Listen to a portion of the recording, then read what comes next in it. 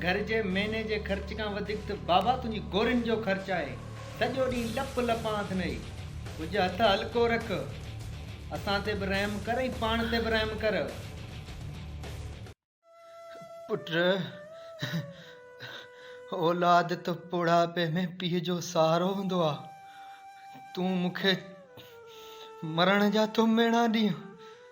बाबा मञां थो त औलाद पीउ जो बुढ़ापे में सहारो हूंदो आहे, पर तोखे 20 साल आहे, हिन पेट जी जान ई नथो छॾी।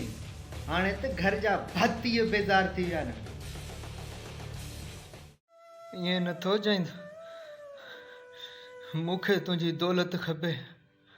अबा बेवकूफ़ कोन आहियां, मरण खां पोइ मुंहिंजी वसियत मिलंदी। अॻ में जे तुंहिंजे मिल्कत नाले कयमि न, तूं त मूंखे वञी किथे छॾे ईंदे। न अबा न, मुंहिंजी खून पसीने महिनत ईमानदारी सां कयल ई जायदाद ठाही अथमि।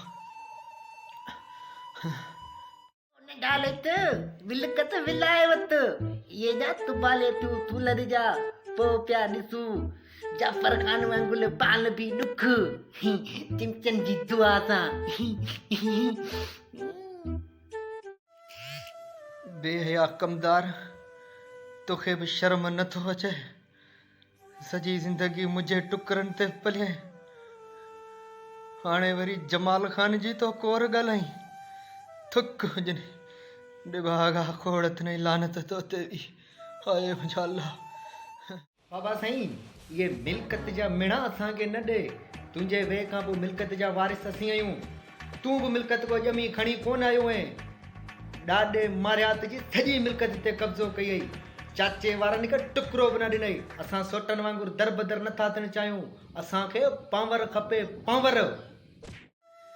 पुट, मुंहिंजे मरण खां पोइ सभु पांवर तोखे मिली वेंदई। पोइ ॿुधाईंदोसां त दुनिया इज़त जी इज़त कंदी आहे या पावर जी। एॾो पावर जे दोस्त ते न हल। जमाल पुट, वक़्तु ॾुखियो अथनि। बाबा, अॼुकल्ह जे दौर में इज़त सिर्फ़ु डंडे वारे खे ई मिले थी। बाक़ी जेकॾहिं हीणो थी हलियो न त दुनिया लताड़े वेंदी। पंहिंजे दौर जा मशहूर असांखे न ॾे। अॼुकल्ह डंडे में दम आहे त सभु कम थियनि था, न त केरु खंघे बि नथो। रुथी कमदार हलूं। हलूं चिंतनी जी दुआ सा। हिते तूं त तबियत जो पुछन, हिते नक्षत्रन जो किताब खोले बोतल वेही खोले वञो। हाणे वञी काॾे थो? मुंहिंजी वसियत अॼु तोखे ॾुखी लॻे थी।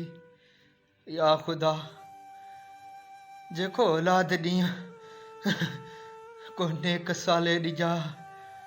बाक़ी अॼु जी औलाद में अबे अम्मा जी शनाख़्त रही न आहे।